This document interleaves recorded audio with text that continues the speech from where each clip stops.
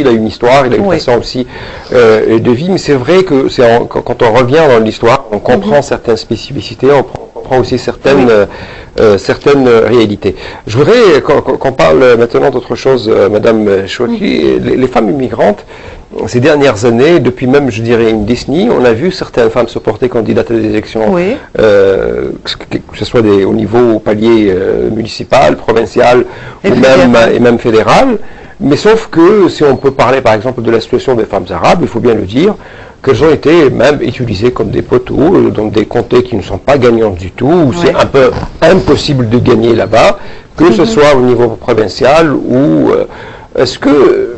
Est-ce que c'est un peu la faute, est-ce que c'est dû à la qualité des femmes qui se sont présentées, qui n'ont pas réussi à avoir autour d'elles un certain consensus, etc. Ou bien est-ce que non, parce que c'est parfois les partis politiques cherchent des candidats pour combler. D'abord, je vais vous dire que bon, pour les femmes arabes, c'est pas si mal. On en a une au fédéral et une au provincial. Au fédéral, vous avez Maria Mourani. Deux exceptions qui confirment la règle. Allez. Maria Mourani, qui est d'origine libanaise. Madame Fatima Ouda Pépin. Madame Fatima Ouda Pépin ici au niveau provincial. Mais effectivement, je pense que la politique, c'est toute une préparation. C'est un gros défi. Je vais vous dire qu'ils n'ont pas fait consensus. Je suis pas sûre que ce soit ça véritablement le problème. Je pense plutôt que peut-être il y a toute une préparation à faire en politique ici. Et y compris les femmes québécoises sont concernées par cette absence de connaissances. Y a-t-il des relents de racisme dans autour de ces candidatures-là, ou même de l'absence de ces candidatures-là? Écoutez, moi je pense que effectivement, pour certaines candidates qui s'étaient taillées une crédibilité importante dans leur engagement, dans leurs expériences, etc., c'est plus facile pour elles, par exemple, quand elles appartiennent à un parti politique, d'exiger de faire partie d'un comté où elles ont des chances d'être élues. C'est pas forcément le cas pour les candidates qui n'ont pas toute une expérience suffisante, qui ne se sont des années, je veux dire, d'implication, de crédibilité aussi politique, même si on n'a pas été candidate. Je pense que c'est un long travail. On ne s'improvise pas politicien, mais même candidat. Mais je pense que c'est valable aussi pour les candidats hommes à ce moment-là. Mais c'est vrai que les femmes, elles font, peut-être qu'elles ont moins le temps d'avoir cette implication. C'est là où ça fait peut-être la différence avec un homme. Une femme... La conciliation travail-famille n'est pas toujours évidente pour une femme. Tout à fait, ça on le comprend bien.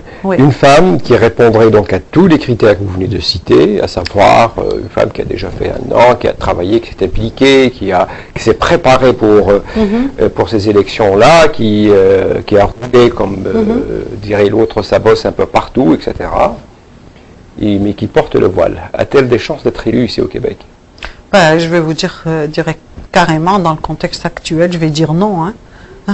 Faut pas rêver. Faut pas rêver. Je pense que il y a beaucoup de choses à faire sur ce plan-là encore pour changer les mentalités, pour notamment faire comprendre que le voile ne signifie pas soumission de la femme, surtout quand il est porté par choix.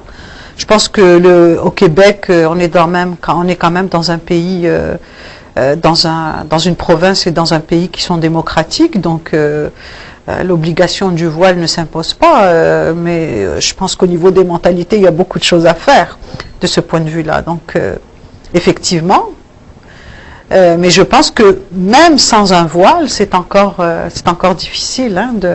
Très bien. Alors, Madame Chouaki, je ne sais pas si vous avez d'autres choses à ajouter pour finir justement cet entretien. Oui, juste finir pour dire que sur l'apport des femmes immigrantes, notamment sur le plan économique, culturel, politique, on en a parlé un petit peu. Il y a quand même des femmes qui sont... On a quand même les 2 dernières gouverneurs générales du Canada qui sont des immigrantes.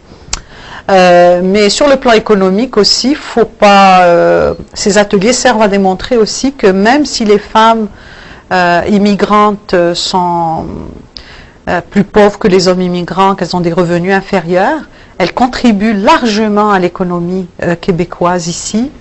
Elles sont, à leur arrivée, elles sont 18% à détenir des diplômes universitaires et elles sont 24% à travailler dans le secteur manufacturier. Elles sont autour de 30% dans le secteur des ventes et donc et 20% à peu près dans tout ce qui est ce qu'on appelle le côté social, le secteur social.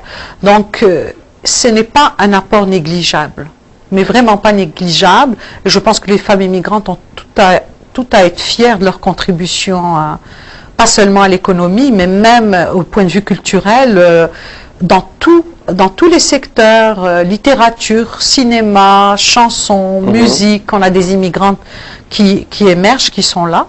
Alors, j'invite les gens qui veulent participer à ces ateliers, de se manifester. On va en organiser un aussi à Montréal à l'occasion du 8 mars prochain. Donc l'information sera diffusée à cet effet.